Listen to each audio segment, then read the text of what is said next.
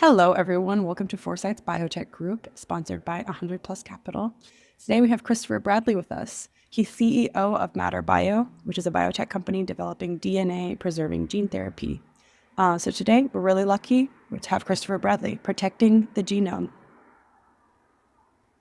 Thanks so much, Lydia. It's great to meet everyone. So, as Lydia mentioned, my name is Chris Bradley. I'm CEO and co-founder of Matter Bio, and I'm really excited to share what we're building and what we're really trying to achieve with the company and with our goals around DNA protection, DNA damage. So, I'll dive right in. So, just to give you a very high-level summary, a little bit about the team. So, I'm a serial entrepreneur. I have a background in starting multiple ventures and exiting one. George Church is one of our co-founders, as well as some really top longevity scientists and bacterial therapy scientists, which we'll get into in a second. We're about to enter phase one. So that's our most advanced asset is actually entering phase one in oncology. And we have two programs which involve both cancer and DNA repair, DNA stability. And we've raised about 11 million to date, and we actually have a seed round open. So the fundraising never ends. The fun and fundraising never ends. And so just in case that's something that you want to talk to me about afterwards, we'd be excited to talk about it. So just to dive right in. So being alive damages DNA and leads to disease and eventually death. It's just sort of part of the nature of being alive. And this is not something you can really stop. It's just a fact of life that being alive both damages you from exogenous sources, toxins, lifestyle, as well as endogenous sources like cellular metabolism and other processes. So that's no surprise. What we believe and what we think there's a lot of converging evidence emerging around is that DNA damage is foundational to many of the other hallmarks of aging that many of you are probably familiar with. So the hallmarks of aging is a list of what we think of as symptoms, essentially, of aging. So things like genomic instability, epigenetic drift, and deprogramming, I guess is a way to say it, proteostatic stress, et cetera, et cetera. So there's sort of these 11 plus or minus hallmarks that have been examined and that are part of the aging process. And what we're seeing is a lot, if not all of them, or a vast majority of them, can be seen as either exacerbated or originating from damage to DNA, and then its downstream effects. And so we think one of the most obvious things is to then see what can we do about this most upstream of the hallmarks. So I'll have a lot of little examples in no particular order, but sort of a classic N of one example, and you've probably seen this is a truck driver who spent his whole life or his whole career driving and getting sun exposure on one side of his face. So he was driving, and I'm assuming it was the left side of his face, so this is inverted. And so unfortunately, what you can see here is a very interesting intrapersonal clinical trial of exposure of only one side. And you can see this side, the one that's exposed to UV damage in this case, is much more aged than the one that's not. So this is obviously one small example, but a very stark one of what DNA damage can do, even just to a phenotype of aging like skin appearance. So what do we want to do? As I have already intimated, so we want to prevent DNA damage as much as we can. And then where possible, we want to treat cells that are already damaged. As much as we like the idea of preventing the diseases from that damage, a lot of us, unfortunately, will still get things like cancer. And so we wanted, as a company, to be able to address both extremes of that spectrum. And so those are the two programs that we are pushing forward. And, how do you do this? And we sort of thought about this obviously a lot. So how do you find ways of protecting DNA from damage? Well, we want to take advantage of the millions and millions of years that organisms have had to do this and evolved to do this already. So our belief is evolution has the solution. It's the ultimate generative AI. And so we wanted to look to evolution and to nature for inspiration or a springboard for different treatments. So what came out of that are two programs. So for removing damaged cells, we've engineered a bacteria. So it's a synthetic bacteria, and I'll share more about that briefly. I won't really dwell on this because I really want to talk more about our second program. But leveraging bacteria that have very specific properties that have evolved that we can leverage. And then more, really excitedly for us, looking at organisms that live a long time and seeing what DNA stability genes can we find and then use from these long-lived animals and people. So just to talk briefly about our program, this is our lead program. This is the one that's actually going to enter human clinical trials, in the next quarter. So we are using a form of Listeria, which is the wild type form is really nasty and it's extremely good at infecting us and our cells. And we've engineered it to only infect cancer cells. And if you're curious about that mechanism and how that works, I'm happy to explain it later. But at a high level, we take this Listeria, we have a payload that we've created in the Listeria that we've attached to Listeria. And then when it selectively infects cancer cells, it expresses our payload. And so this is obviously kind of for lay audiences, catfishing the immune system is one way of putting it. We're making the cancer look like tetanus. Your immune system, if you've been vaccinated or exposed to tetanus earlier in life, already knows what it is and then kills what it thinks is tetanus when it's actually cancer cells. And this sounds simple, but it's really in a complete reinvention of immune therapy or sort of a reinterpretation of immune therapy. So instead of teaching your body to recognize cancer, which again, cancer has also evolved both inside you as well as over just many iterations, has techniques to hide from your immune system. We are bypassing a lot of that with this approach. It has a lot of advantages, and we're really excited about it. And again, for this audience, one of the things we've realized is this Listeria, this engineered bacteria that we've developed, is really good at getting just about anything into cancer cells. So not just our payload or our antigens, but all sorts of other really interesting cytotoxic payloads. These are some examples: radioactivity, obviously antigens, visibility under PET scanner, so it's more for diagnostic. And then the reason I wanted to mention this is we've now found that through click chemistry, we can add just about anything that you can use click chemistry for, which is a massive array of different compounds. And so we think this is actually an interesting partnership potential where it looks like, and we'll hopefully prove this very soon, we've been able to solve not just the toxicity to cancer that you want, but also the specificity of delivery to cancer. This could be thought of as an alternative to antibody drug conjugates or ADCs. It's also redosable and seems like it has a really great safety profile, which is really exciting. So if you have anything super cytotoxic that you would never deliver systemically, please let us know. We might be able to partner around that. And just a taste of the data. So I wanted to make this somewhat technical. So we have a lot of preclinical data here that we're really excited about. Of course, we're really good at curing cancer in mice as a society. So this is to be proven in people. But as you can see, if you're familiar with a lot of these Kaplan-Meier curves, this is really stark. There's a really stark difference in treatment. So these are pancreatic cancer mice that are stage 4 and they're transgenic. So they keep creating more cancer. And we're able to treat those mice despite the fact that they're going to continue generating new cancers. So that's what we believe this survival curve is the new cancer basically coming back. Really good at metastases, redosable, and every time you dose it, you actually extend lifespan. So we've done 2 doses and then we're doing 3 doses. And then, so this is ovarian cancer here on the left. And then finally, when it's not transgenic and it's orthotopic, so meaning that the cancer has been inserted, so it's not regenerating, we've seen cure rates, and in this case, in glioblastoma. And the reason I'm pointing this out is not only does it seem to be redosable, but it's also able to pass through the blood-brain barrier. All 3 of these are delivered in the same location, which is intraperitoneally. So it's not intracranially. It's able to get distal to the tumor, or sorry, to the injection site, to wherever the tumors and metastases are.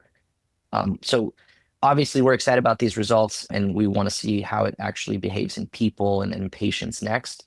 But assuming it works, I also wanted to highlight what's exciting about this entire concept of leveraging live organisms for something like cancer is that they grow themselves. So there's some upfront complexity, definitely a lot of safety to be figured out. But because Listeria grows and grows very well, the scalability and the cost of these types of treatments, if successful, are going to be both drastically higher scalability and drastically lower cost per patient.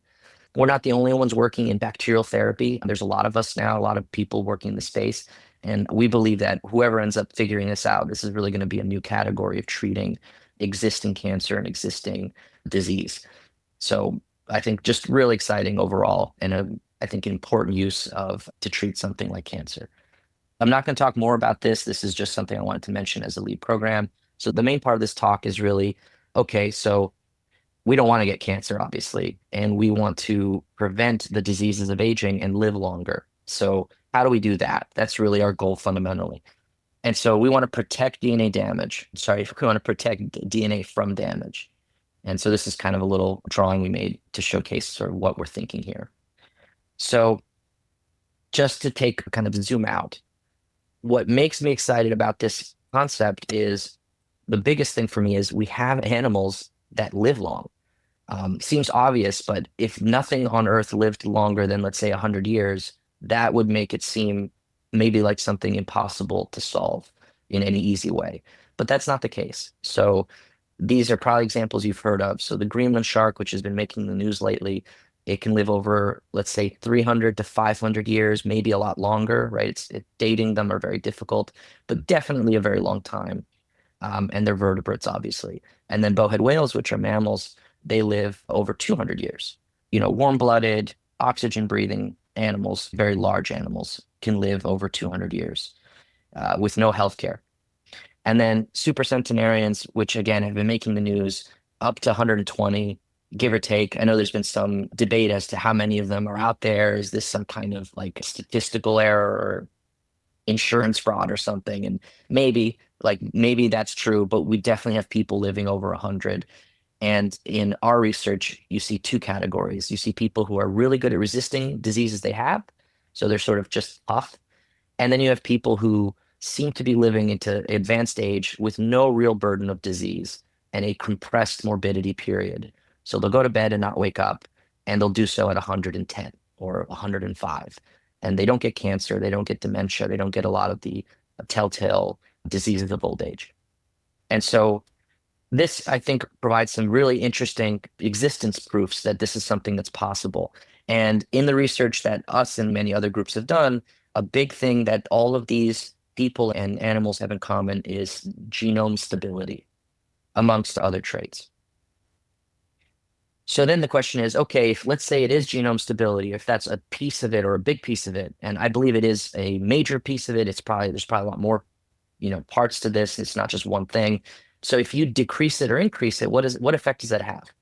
And this is where it gets interesting. So if you decrease genome stability, so you reduce the ability of cells to repair and or clear, you see drastic reductions in lifespan. So in this case, this is in mice. So if you knock out, I believe this is NER-BER knockout. I actually should probably know this, but when you knock out some DNA repair, you see a drastic reduction in the lifespan of these knockout mice. Obviously, a classic example, if you're in the field, is ERCC1 knockout mice. Those are the progeroid mice that a lot of us use for aging studies. ERCC1 is a DNA repair gene. So reducing DNA stability in mice creates progeroid mice.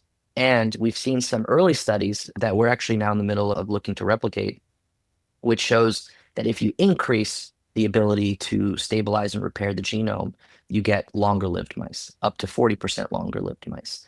And so that's an interesting kind of hint. Okay, so that's in one animal, it seems like this dial can have an effect on lifespan. And neither of these are really, or especially on the right here, there's nothing close to what we're now looking to do, but it's still some hints. And if you look at people, obviously, you see something similar. We're now getting to really understand progeroid syndromes, and all the progeroid syndromes, whether directly or indirectly, have some form of DNA stability effect. So even in this case, this is Hutchinson-Gilford's progeria, which is a defect of lamin A. Lamin A is not a DNA repair protein, right? But when you actually look into it, it's affecting the stability of the nucleus and the nuclear envelope. And so actually it is about DNA stability. It's just not directly about it. And it affects other parts too. So we know that in both mice and other animals and in people, progeroid, so accelerated aging syndromes are often affected by DNA stability. And so, of course, our question now is for people, if you increase that stability, what happens? Can you increase lifespan? So these are some examples that I included just to give you a sense. So on the left here are DNA repair pathways. So nuclear excision repair, base excision repair, mismatch repair, et cetera, et cetera. And these are the genes affected or affecting that directly. And then on the right here are known cancer or progeroid syndromes that are derived from faults in these genes. So this is I want to highlight that this is a well-known part of both healthcare and science. Like, we're not guessing this, we're not stating this as something that we think. This is a truth that we know.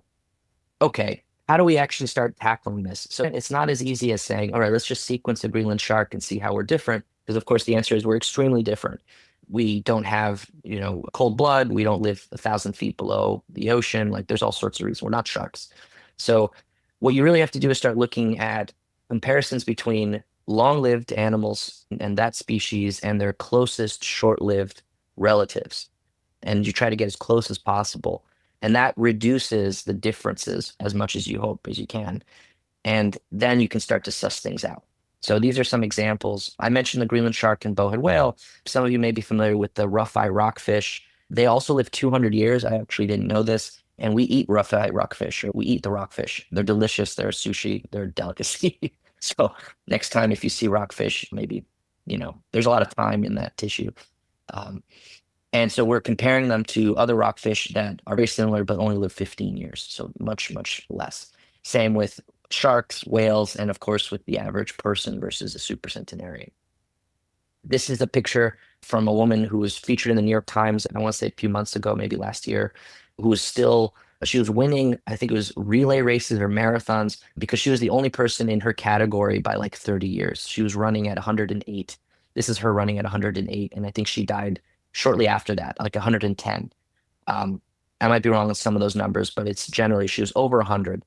And so that obviously is two things. One, obviously very healthy person that can do this. And then two, running and healthy until shortly before death. So this is not 30 years of morbidity or sickness. Okay.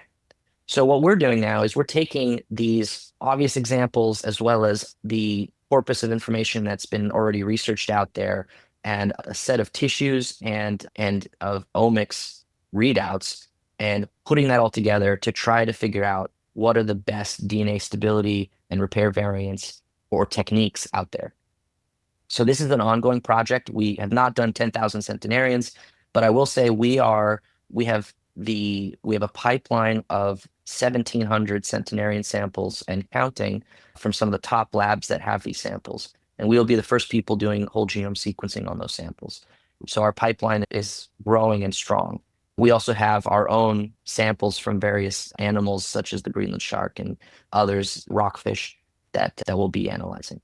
So this is an ongoing project, but so far we have some candidates from both our own research and the literature that we are starting to examine. And that's what I wanted to share with you today.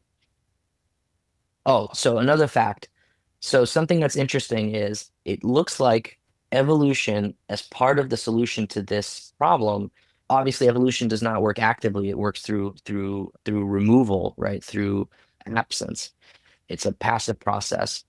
What seems to have evolved is that these types of strategies for repair and stability work through overexpression and duplication. I'm sure there's more to it than this, but so far, a lot of the ones we're finding work that way. And this is a happy surprise and a happy coincidence for us because it gives a technique for leveraging these that may be easier than replacement or downregulation, which can have some both complexity and consequences if you don't do it right from a safety perspective with, let's say CRISPR or some of the targeted gene editing out there. So this was an interesting fact as well. So what are we starting to do? So it's one thing to have the genes and to know that you have these genes. Okay, great. So if you think about it, before I get into this, there's, from first principles, there's a couple ways you can approach it. You can find molecules that target these pathways. You can try to do silencing or some other metabolic interventions. And those have a lot of benefits. But from our perspective, because this is about repair and prevention, one of the things you have to really think about is dosing. It's how much usage of this over time you're going to need, and also just the complexity of these metabolic and repair pathways. So what we wanted to do is say, look, there's complexity up front in our approach, but it'll hopefully make it easier downstream. So we want to take the genes themselves and we want to put them into cells. And this is not a trivial thing. But then from then on, it'll be consistently active and you will have them, you or the tissue or the cells will have them for the time it requires. And that's what you see in these animals, right? They have these extra genes or these extra variants. So how do we do that? Well, in combination with our co-founders and partners, we have several different transposase-based gene editing approaches that allow you to do very large insertion. And I think there was an announcement earlier, I think it was yesterday, on a recombinase approach for this. So we love that. We're open to any technique that is as safe and targeted as possible. This is the one we have in-house that we've been testing and is really good. So some of the benefits of these transposases, if you get the right one, is it's very low immunogenicity. So it's redosable. It has an excellent known safety profile, at least in vitro and in vivo. I don't think there's no clinical trials yet with in vivo. It's very efficient. So CRISPR, at least vanilla CRISPR, again, for those of you probably know better than I do, but you'll see up to 20% efficiency. These transposases can get up to 80%. So 80% of the cells are actually successfully edited. And the payload is effectively uncapped. So this is the part that we're most excited about. Anytime you're inserting a gene, any gene, you're starting to worry about size. There's no real easy way to insert large payloads using existing editing systems. And transposases can do documented about 200 kilobase insertions. So massive. The average gene you could think of as maybe 3 kilobases. And so we're not going for anything that big, but we like that there's a window that could work with that size. What ends up actually happening is you end up being limited by the vehicle and the packaging of these payloads versus the actual insertion of the payloads using this system. It's multiplexable and it's also really small. So when you do have a vehicle, you want to use as little as possible in the editor and as much as possible in the payload. So that's what we're looking to start with, and we have some data around. And as technology increases, our goal here is to get the genes in safely, and it's less about making a genome editing company. So we're being very flexible in our approach. And as you can probably guess, as I've mentioned a few times, the goal here is to not just do one gene, but to find the combinations of genes from either multiple animals or within an animal and make the best possible combination into a longevity combination that you then insert into cellular DNA. This is just a diagram of what that could look like. So now to show some data. So none of this is published. This is sort of brand new, and we keep generating more of it in the lab. So we started with a basic question, which is, if you just have a single gene, how do those genes allow the cells to resist damage? So we're using a pretty standard readout. So this is a gamma H2AX readout, which highlights areas of the genome that have damage directly. So they're called puncta. So they're actual areas where there's damage to the genome that you can then see through fluorescence. There's multiple different assays we're running simultaneously. This is just one of them. It has some pros and cons. But what we like about it is it's a very direct measure of damage.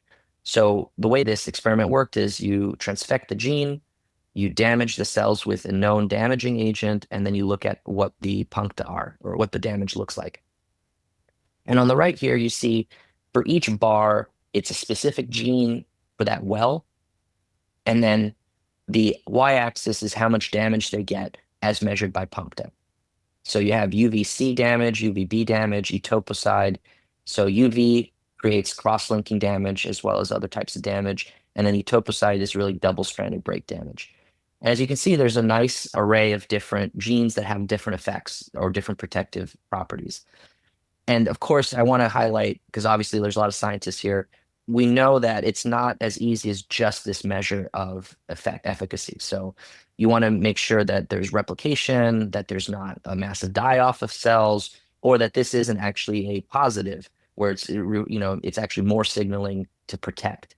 So we know that this is not the only assay we're running, but still some of this, at a certain point, if you have a massive amount of damage versus a little amount of damage, it does actually mean something.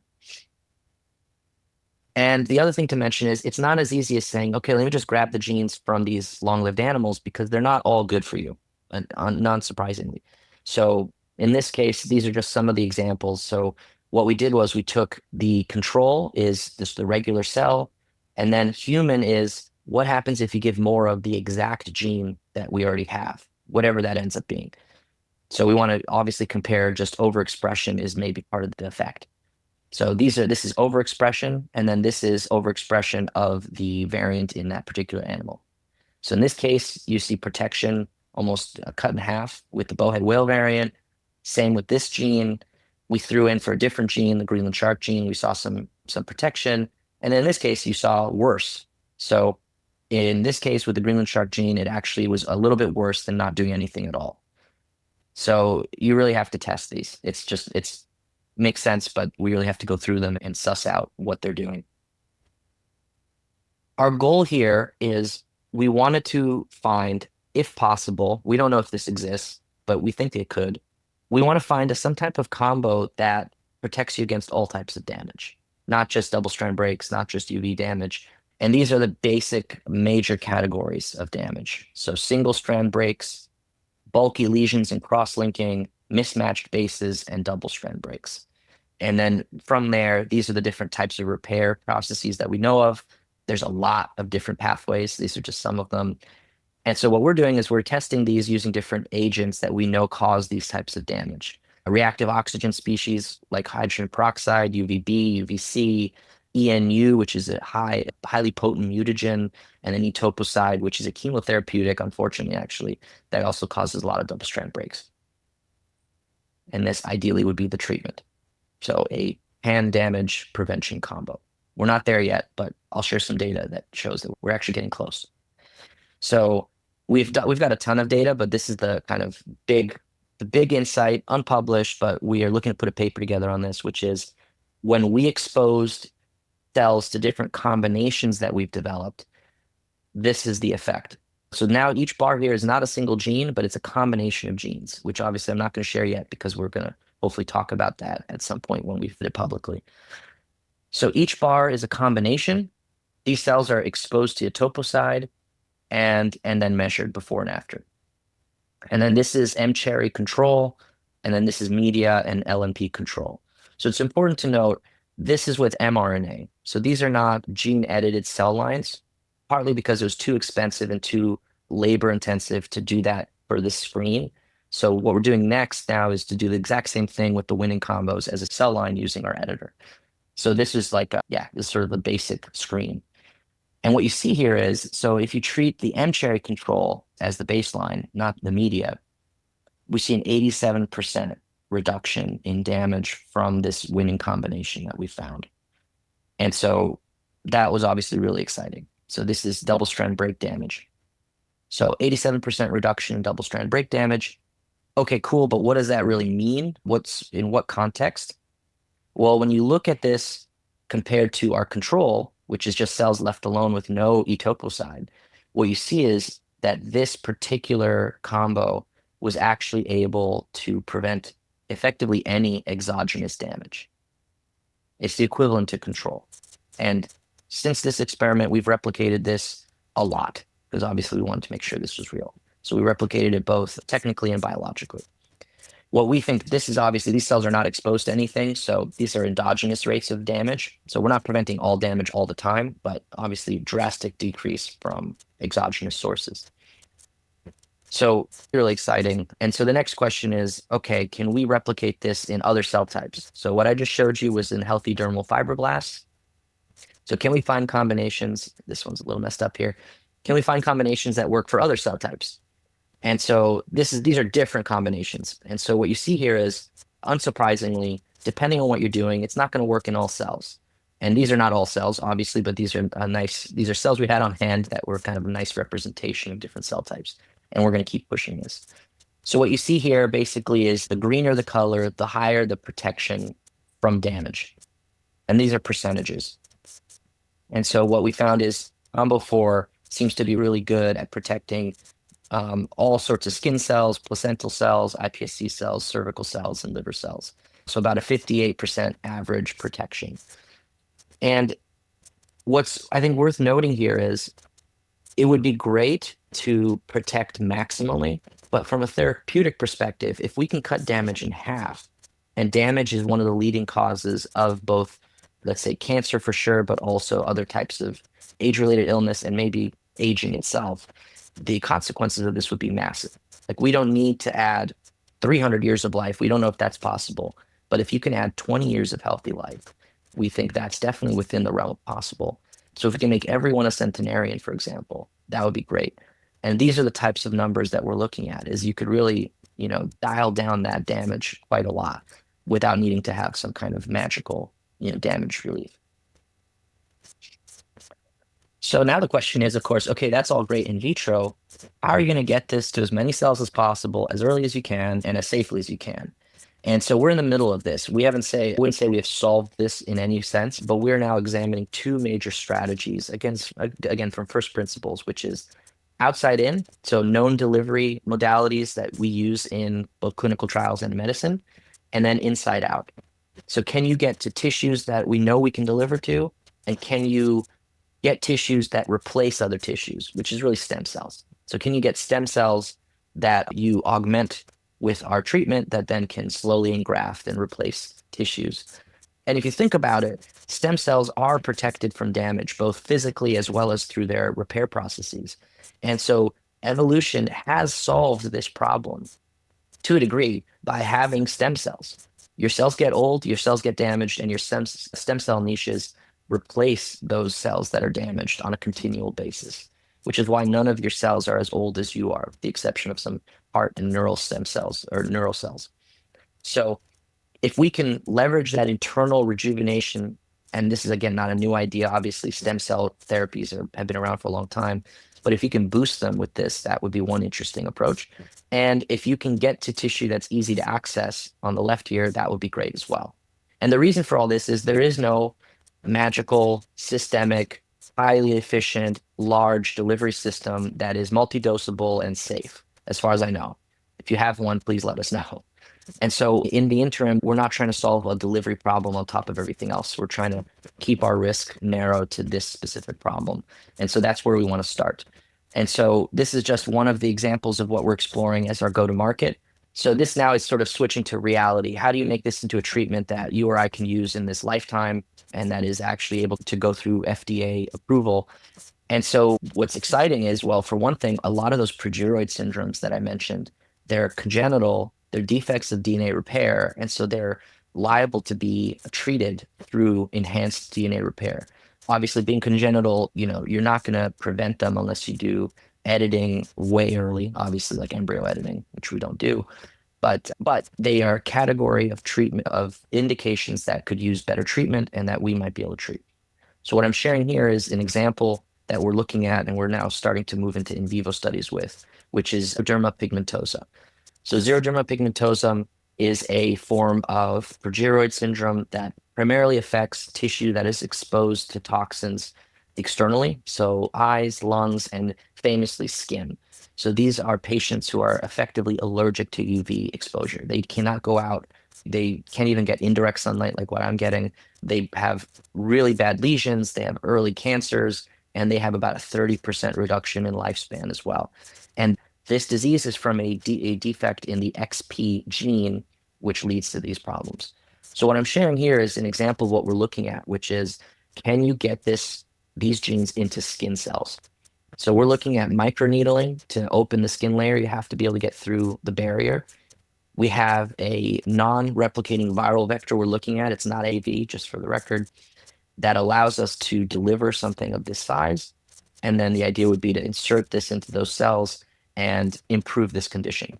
We're not going to get 100% penetration. We're not going to get 100% efficiency, but we can redose both the vector as well as the treatment as far as we can see. So our hope is to improve the lives of these patients and get this as a starting point for this type of prevention and genome repair enhancement treatments. So this is an example of what that looks like. Yeah, and I can share more about that. And so that's where we're starting. We have other treatments as well that we're looking at. It's very early in this program, but we're looking for ideas, partners, insights, advice, feedback, etc. I like to joke I'm the dumbest person on my team, which was by design. So I have an incredible team of scientists some of which are mentioned here, and there's a ton more in the lab, as well as our clinical stage team and our advisors. Yeah, we're really excited about the potential for these types of treatments. And just a little bit about the company. So we've raised about 11 million, as I mentioned. We have this open round ready, and the existing funding covers a lot of the basic research I'm mentioning, our in vivo studies coming up, as well as our phase 1 clinical trial, which we're kicking off very soon. And so we do have a seed round extension open, but yeah, so we're really excited about all this work. And we have Quadrascope as an investor who I think joined the call. So thank you, Fiona and Jose. And with that, that's all I was going to share for today. And I'm happy to take questions or have a discussion, however you want to do it. Thank you so much. So we'll open the floor for questions now. If you have a question, you can put it in the chat. You can raise your hand, your Zoom hand, or pipe up if there's no one in a queue. Micah. I've got an annoying question that has nothing to do with your stuff, since no one else raised their hand. On slide 25, why was the M-cherry control so different from the media control? Yeah, that's a great question. So let's go back to slide 25. So we're not sure. We think that the M-cherry is providing some kind of protective effect. We don't know why, is the short answer, which is why we picked this as our kind of bar. It has some kind of protective effect, clearly, and it's not entirely clear why. It's a good question. This is in vitro, right? This is all in vitro. Yep. It's surprising. Okay. Thank you. It is surprising. Yeah. And, I can ask the team also why, because they might have a better sense now why that is. It's just so you guys know, the M-cherries are transfection control. So we want to make sure we're successfully transfecting before we see any results. So that's what the M-cherry is for. Yeah, we were surprised by that as well. But we also saw it in our UV experiments, and that made a little more sense because we're thinking maybe it's interfering with the UV exposure. But yeah, mystery to us. Maybe someone here knows. All right, Creon. Hey, can you hear me? Yep. Cool. Hi, everybody. A very interesting talk. I have a couple of questions, but the first one is back to these rockfish and other similar long-lived species. I know this is a little bit tangential to the main thrust, but you should know this, or you must know who knows it. How can I say this? These things that live like 200 years, are they, what's the word? Are they fertile or fecund? Fertile. Are they able to reproduce for those long lifespans? And question one and question two, if not, what is the selective pressure driving these long lifespans, or at least what is the explanation here? Yeah, that's a really good question. And I'll admit I'm not a marine biologist or an expert in by any stretch. However, I can't speak to the rockfish, but I know that the Greenland shark and I believe the bowhead whale, they actually have a much later onset of sexual reproduction, initiation of puberty. So I believe it was the Greenland shark. They're only fertile after 100 years. That's when they start. Oh my God, that's good. Yeah, it's one of those, don't quote me on the exact number, but that I'm not making up. So they are definitely. Okay, but nonetheless, then either that's just a neutral thing that happens to work out, because in and of itself, being infertile for 100 years would not seem to increase your survival probability. Yeah, and this, I don't think we've definitely not solved this in any way, but what's come up for me, which seems there's a couple of things you're bringing up that are interesting. So one, I think it was David Sinclair mentioned this dynamic between spending energy on repair and stability versus reproduction, right? And I don't know if there's any evidence to this trade-off, but it intuitively makes sense, which is some species through evolutionary pressures solved this problem of survival through having more of themselves, right? So rodents, especially, a lot of animals, they just reproduce very quickly. Yeah. Insects, yeah, because evolution doesn't care if we live longer, right? There's no preference here. And so that's one strategy. So you don't really need repair. And in fact, mice die mostly of cancer, incidentally, at around 3 years of age. So that's one strategy. And so then the alternative is, if you don't have high predation and you don't have high exposure to some of these extreme levels of DNA damage. So naked mole rats who are underground, so there's less predation. These Greenland sharks and bowhead whales, the Greenland sharks are essentially apex predators. The bowhead whales are in the depths of the ocean, cold temperatures, away from light, very deep. So very little predation, if any. And so maybe that's why they were able to evolve these other strategies where they could basically wait 100 years because it didn't affect their success as a species. And so I don't think it's a coincidence that a lot of this is in the water. The other thing that is a question, an open question. Wait. Oh, yeah. One interruption there. I just want to make sure. Do these species have in common that they're like deep water dark hiders? Not all of them. No, the ones that I'm showing, yes, but I mean, the naked mole rat is famous, and that's terrestrial. The tortoise is famous. Tortoise, exactly, as well. What else? I mean, a lot of them seem to be in the ocean, but yeah, those are two examples off the top of my head. Elephants that live till 70 have a lot of cancer resistance, right? They're not super long lived, but still, that's very long. So yeah, it's not only the ocean, but this goes into the second question, which I don't have an answer to, but I'm really excited to find out, which is there a unique strategy that has been shared amongst all these animals that sort of evolution has found some kind of optimal arrangement to protect the genome, which all of us have, all animals have? Or are these different strategies to protect against different types of damage due to their environmental niche and their ecological niche? And is it really just on a per species basis completely different, or a mix of that? I don't know. It would be super cool if this is a general solution, but I think probably more likely is you'll see general solutions to specific types of damage that have evolved, just like limbs, binocular vision, and other types of things have co-evolved and converged. Interesting question that I don't have an answer to, but yeah, it'd be cool to find out. Great. I think Rico, you had a question in the chat. I can read it, or you can unmute and ask it yourself. And I didn't. It was not a question. I just wanted to answer. I just had suggestions for the previous comment. I guess if the LNP control is empty and then you throw payload in there, I would imagine that any payload, I don't know if you guys have tested this, but I would imagine any payload would induce like some sort of stress response in the cell. So maybe that's why you see the improvement. Yeah, it's a good question, or a good point. Yeah, that's very possible. That's just hermetic, like you're saying. And we don't know, but that's why we've got those controls in there to avoid, basically just showing that anything that's stressful is helping. So it's totally possible. I'll defer to my scientific team on that one. Okay, Jason. Thanks, Chris. Thanks, Lydia. That was a great presentation. I was curious, there's a company called MiniCircle that does a gene therapy approach. I believe they use plasmids. And I was just curious if in this context, in your framework, if that's something that would work, or if that's just or if there's a reason why that wouldn't work in this particular case. I was just curious. Yeah. So MiniCircle uses mini circles, unsurprisingly. And yeah. And we've definitely looked at MiniCircles as a delivery vector. There was a reason we didn't start with that, but I think it's definitely a possibility. I think it was the size constraints. And I think the other challenge is for delivery, it's persistence and efficacy of that. I don't want to misspeak. We have looked at it though, and we know Mac, the team there, pretty well and what they're doing. And yeah, so it's on our radar for sure. Okay, I was curious because you mentioned like the way you described it, like the way it's evolved with duplication. Like at one of your slides, I just thought like, wait, like you could just, if you could just get this into any parts and the body can kind of just read that info. And so I was curious if you knew like any of the trade-offs, or if like integrating into the nuclear DNA was the long-term goal.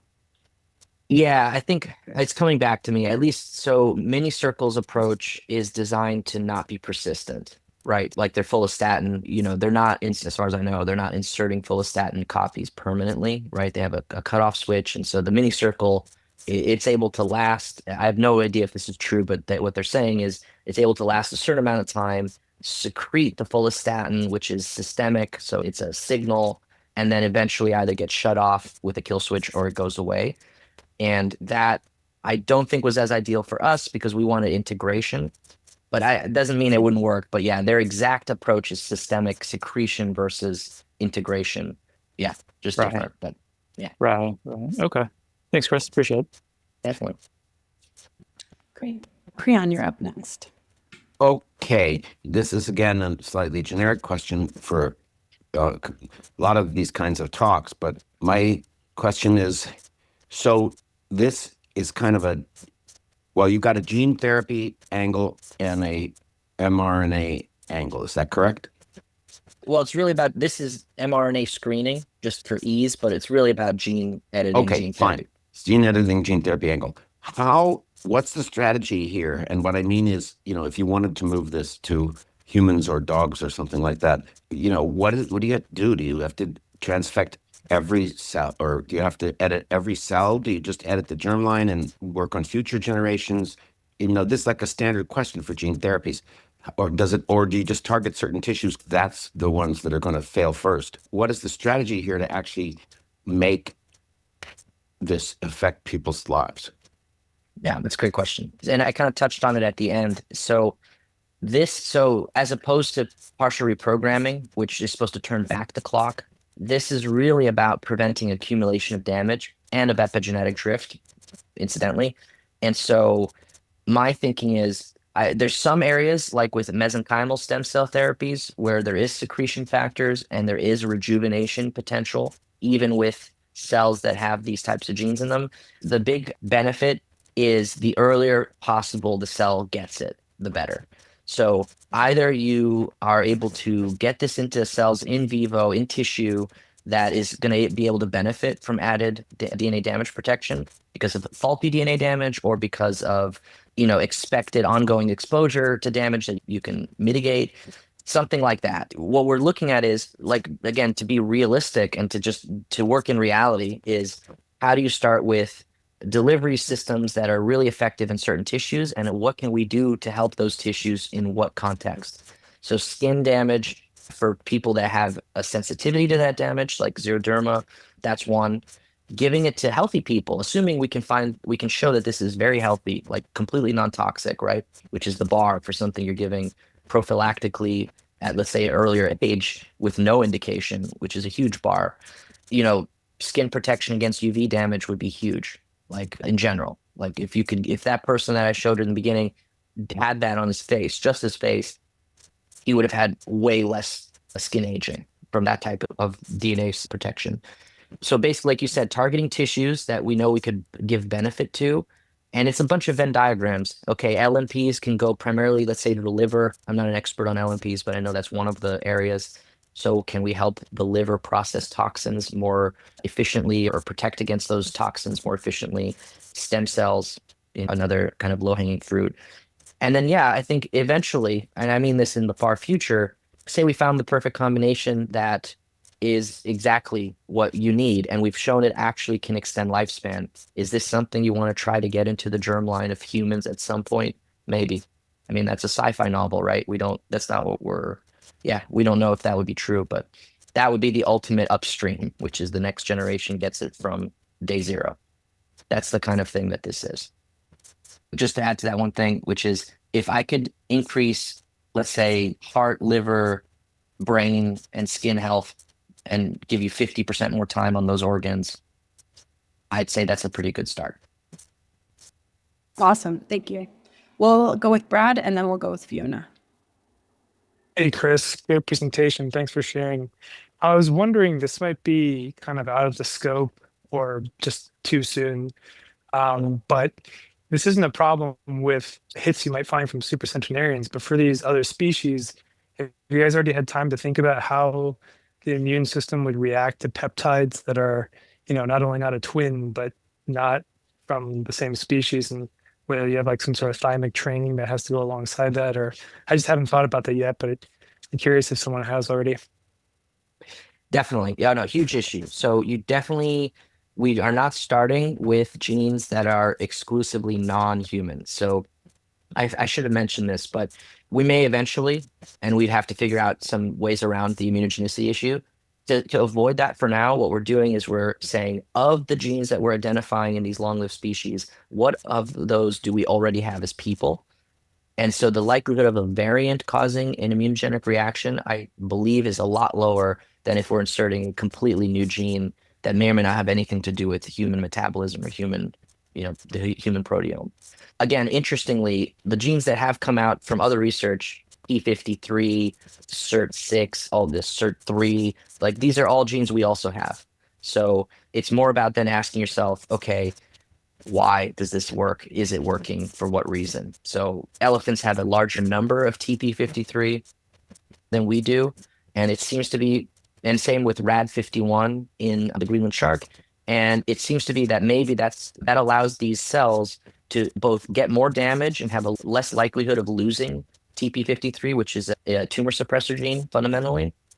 And as well as having more of them allows that surveillance to happen longer. So you don't only not lose it and, risk cancer cell emerging, but you have a lot of resistance to cancer because you have more of that thing. And those are some things we're seeing. The same idea is with variants. Maybe those variants are more stable, so they have a longer half-life. I believe that's what you see in naked mole rats. So TP53 is around longer in naked mole rats than in some other animal species. So they don't have as many duplications. They just have a better version. That's sort of the things we're seeing. We don't want to start with things that are not person or they're not human, that are not people. Gotcha. Yeah, the eGenesis approach was to just gene edit the pigs to be less immunogenic, and it's a good thing that the hits were mostly overexpression for some of the hits. And yeah, I think there's a lot of ways you can go forward with it, just like degrade the protein or don't have it show up on the cell surface. There's a lot of ways forward, but it's cool that you're already thinking about it. And thanks for the response. Yeah, and just to add to that, because I think I saw someone from Retro is here, and we're really excited about what Retro announced with their 50x more efficient Yamanaka factor. I think where this is going with AI is once we identify these combinations, evolution is the springboard, it's not the end state. So can you then ultra optimize some of these different combinations using AI? That's something we're looking at that we don't even want to start with that yet, but that's where I think this is going to go, is then versions that no animal has, but that we are making ultra efficient in the right way, which requires a lot more research to know what that means. Very exciting. Thank you. All right, Fiona, I think we have time for one more question. Great. Thank you. Hey, Chris, delighted to join you on your journey as an investor. You guys have done great and come a long way. My question is about you mentioned the long DNA segments that you're able to transfect. Is this special technology, how does it compare to mRNA? And is it involved in that experiment you just had, the slide? Yeah, so I can share more about this in general. mRNA obviously is the form of the DNA that is actually transcribed. It's often shorter, it's not long acting, and it then translates into proteins. mRNA is great, but mRNA is short acting, which is what you want for most things. You do not want most of the drugs that we use to be around for a very long time. It's obviously become very popular. It's a very powerful mechanism to use. For what we're trying to do, we don't want it to be mRNA simply because I don't think a short acting DNA damage protector would be as powerful for longevity. That's not to close the door on that entirely, because there's a lot of benefits to it being short acting from a safety perspective. And hey, maybe before being exposed to something that you know is coming, let's say chemotherapy, you want to have some protection in the right cell types. Something else worth noting, I'll talk about that in a second, but yeah, so that's one aspect of it. And this idea of transposases, again, we have not invented this concept by any stretch. This has now been going on for several years.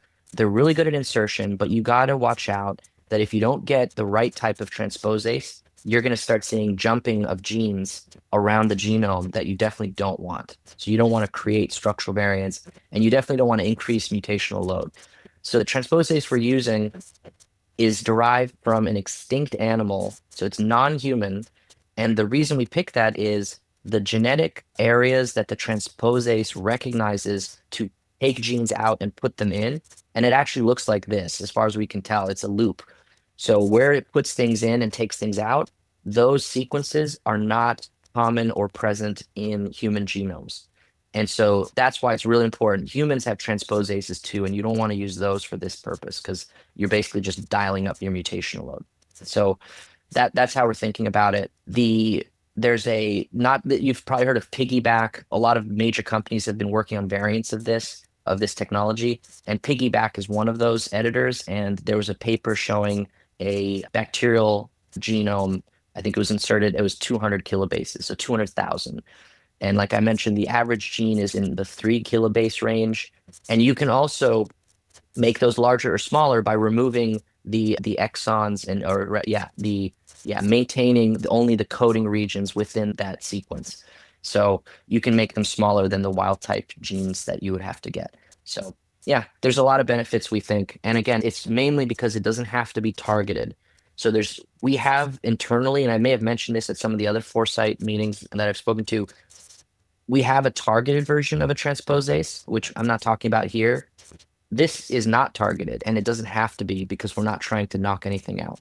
So this type of transposase gravitates towards genomic safe harbor regions. And so this is great because that's how you can get this really high efficiency. It doesn't require targeting. It has a strong preference away from coding regions, and it allows you to target those sites. Well, I think that's all we have time for today. Thank you so much, Chris, for joining us. It's been great to have you on. Thank you, everyone, for being here. One thing before we all leave, we're having Vision Weekend in December. It's December 5th through 7th. And we have really amazing speakers across the board, but especially great in biotech. So hope you can join us in December. And thanks again. Hope you have a great rest of your day.